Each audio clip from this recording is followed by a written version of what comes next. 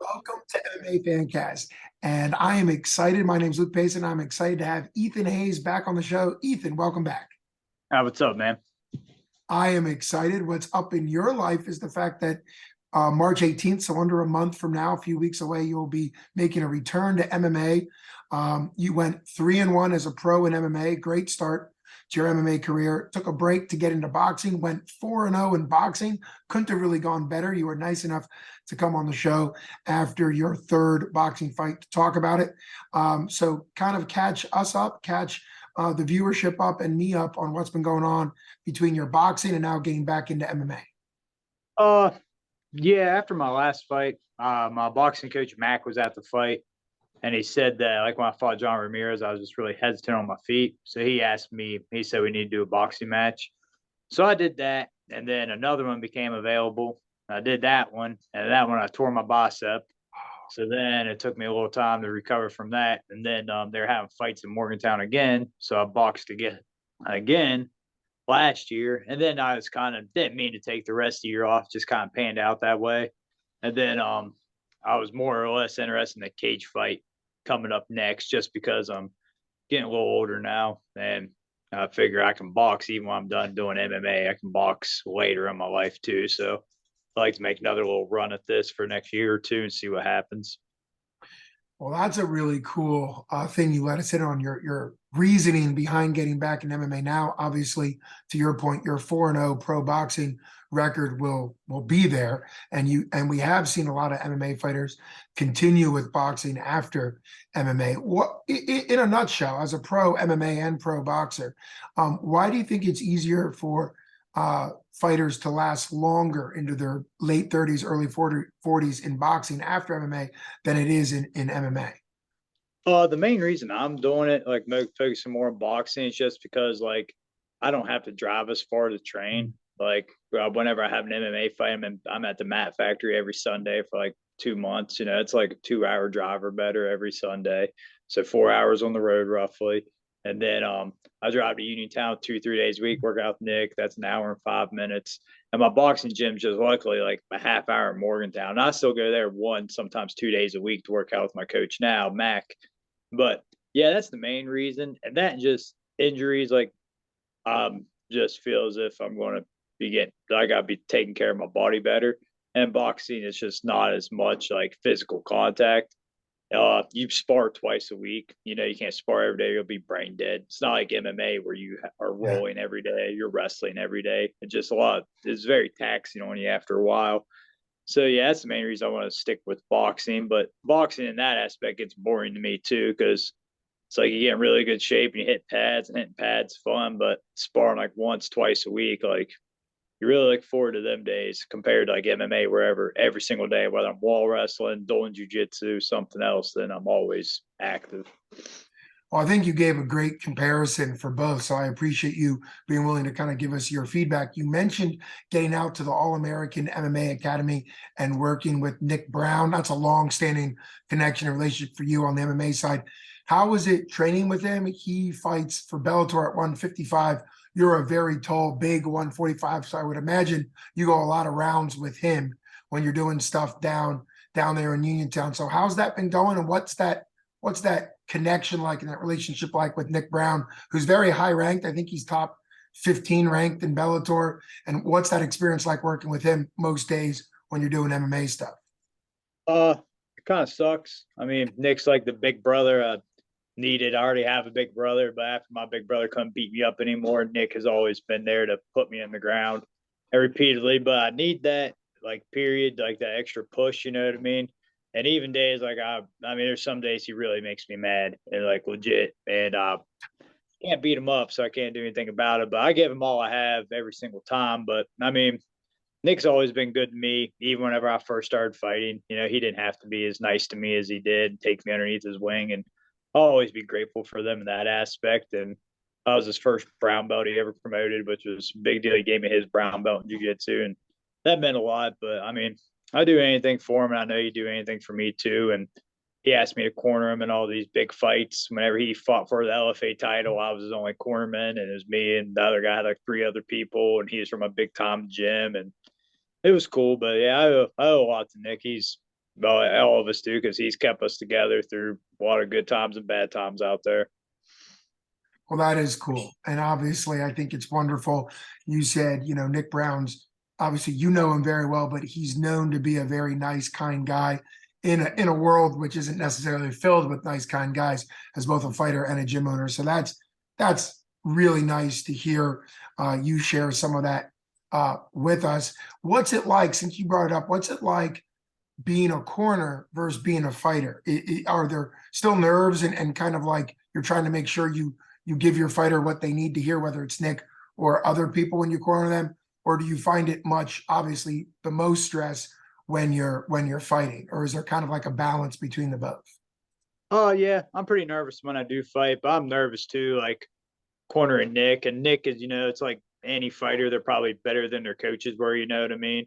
And Mhm. Nick's a lot better than me, but anytime I give him advice in the corner, he listens. He doesn't have like this big chip on his shoulder, like I submit you 15 times a day, Ethan. If I tell him something in the corner or AJ tells him something, he always listens and he fixes it accordingly and stuff. And he, like, as far as like other people I've cornered, because I've cornered boxing matches, I'm usually like the stool guy, slip Mm. the stool in, they sit down, slip it out, giving them water and stuff. And I do enjoy that too, cornering boxing. It's different in that though, because they're putting Vaseline on the faces because you have your own cutmen and stuff, compared to Mhm. MMA. You can't be dousing Vaseline on them like you can in boxing. So that part's different or whatever. But I do enjoy cornering, and I hope to, like, even when I'm done fighting, keep cornering people and coaching people and stuff like that, because it is fun. But it's also, like you said, very, very nerve wracking, because when they lose, it does suck.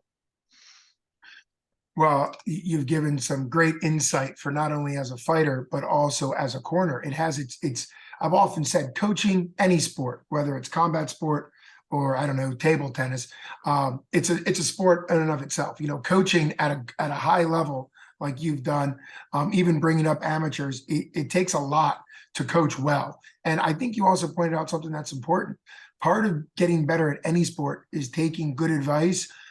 Like you mentioned, Nick takes your advice. Well, because it's good advice. Even if it's coming from a guy that he submits 15 times a day, Yeah. it doesn't mean you can't see what he needs to do. I think that's what's nice about jujitsu and martial arts in general is there's a camaraderie of pointing things out. Even though you probably couldn't do better, you can help him get better. And that's a really cool thing. So you mentioned Morgantown and liking to box in Morgantown.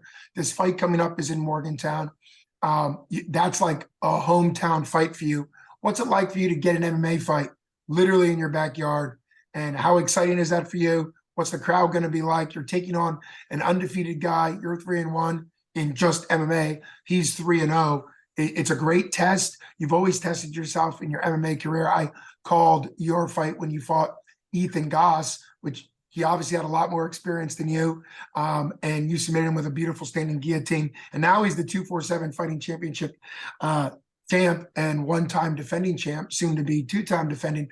So obviously he's still very good, and you submitted a very good opponent. So give us your thoughts kind of specifically about your opponent coming up and what that fight means to you there at the waterfront down in Morgantown, March 18th.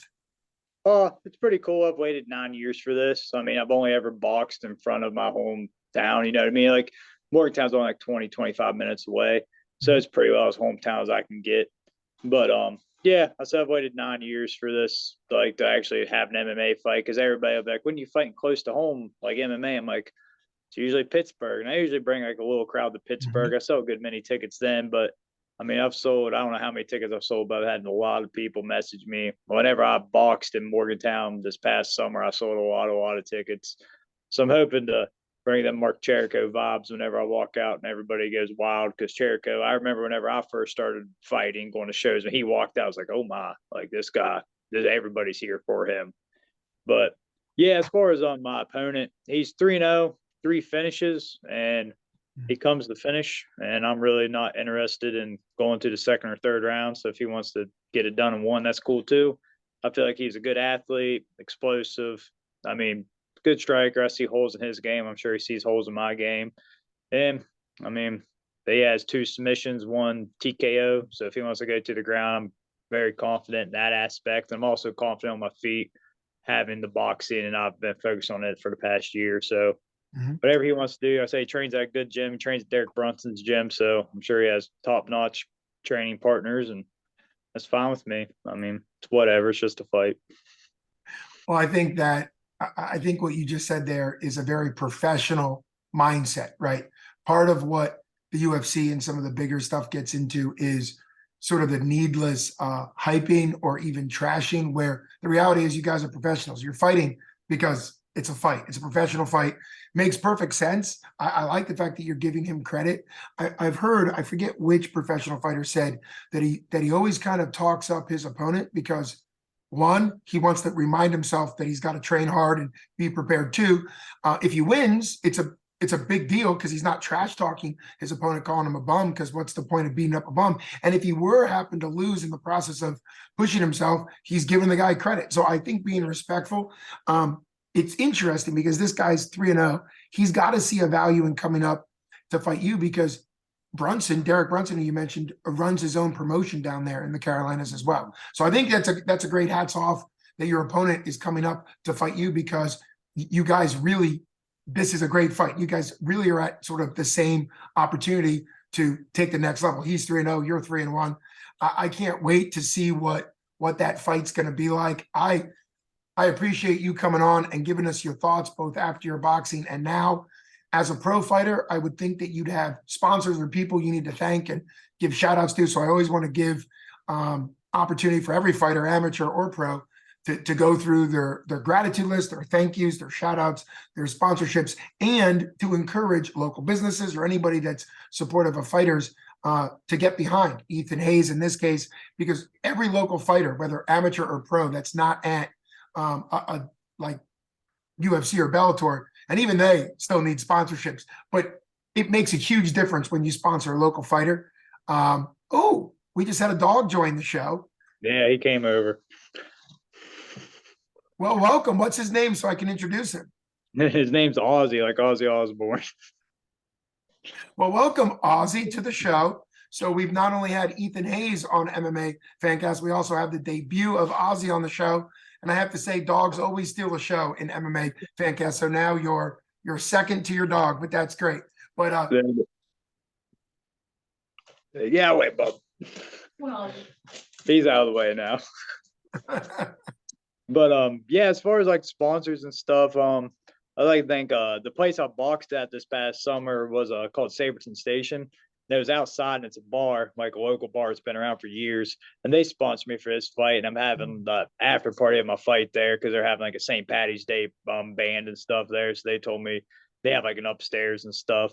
So they told me I can come there after. My fiance used to waitress there whenever she was in beauty school. So they were good to me and gave me a nice sponsorship. And Field Funeral Home gave me a nice sponsorship, a local funeral company. Um, Outlaw Radio is one of my dad's buddies. My dad used to load trucks at a stone quarry. And it's a truck driver named Dwayne, but they call him Outlaw. He has his own radio station. And every single time I post up, I have a fight. The next day I get on my PayPal and he has money in there for me. He's been probably the longest continuous, most consistent sponsor I've ever had. And I've never asked him. He just sends it to me every single time. And then I'd like to thank my tattoo artist, Jake Gordon, one of my best friends. He's a blue belt under Nick too. He sponsors me, hooks me up with tattoos. And Poppy Stedman cuts my hair. They have their own podcast called Today's Prey. My brother, he owns his own steel shop called Cascade Steel Designs. He sponsors me. Probably say my fiance, Haley, just because she takes care of me. She owns her own beauty place too called The Sweet Life. But yeah, you think of anybody else? I think that's it I can remember. And then just everybody who I train with, All American, the Matt Factory. I mean, I go up to Kalma, spar with him. I mean, I've been going up there giving him some boxing rounds because when I had boxing matches, he had MMA fights. He had no problem giving me boxing rounds to beat me up. So I've been going up there. I went up there 2 or 3 times and gave him rounds. So I appreciate him. Like I said, it's Pittsburgh versus everybody. I mean, also I'd like to thank my boxing gym, Jim's Gym, Peter Mac McKinley. He's always been good to me, and he's taken me under his wing for the past 7 years and showed me a lot and really the world of boxing. But yeah, it's about all I can really think. Yeah, Isaac at the Mat Factory, obviously, too. I mean, first time I met Isaac, me and Nick got in the car after training, and I looked at him and said, I'd die for him, Nick. And I fully meant it because he just makes you feel good. He's like Optimus Prime. That is great. And I have heard not of all of the sponsors, but obviously a lot of the gyms in Pittsburgh, that mindset, Pittsburgh versus everybody, is a really unifying no matter which gym you come from, which is great. And I also have to say, it's not often, I think it's wonderful. It's not often the variety of sponsorships you have, and I think that's what's exciting. And so for anybody out there that has a small business that thinks, oh, a fighter wouldn't want me to sponsor him because like it's not in the fight world, like a lot of your sponsors are outside of the fight world, I think that even makes it better. Like you're in there to represent you and your team, but also your sponsors. And I love the variety. Hats off to your sponsors for supporting you, and the variety of sponsorships you have, I think really shows that you've got a lot of fans and people from the community supporting you. I appreciate you coming on the show. Thanks so much. I know you're in a crazy busy training late, getting ready for your return to pro MMA after your 4-0 boxing run. So thanks so much. You've been listening to Luke Payson for MMA Fancast with special guest Ethan Hayes and his very handsome dog, Ozzy. Thanks so much for coming on. Yeah, thanks, Luke. I appreciate you. You got it. Take care.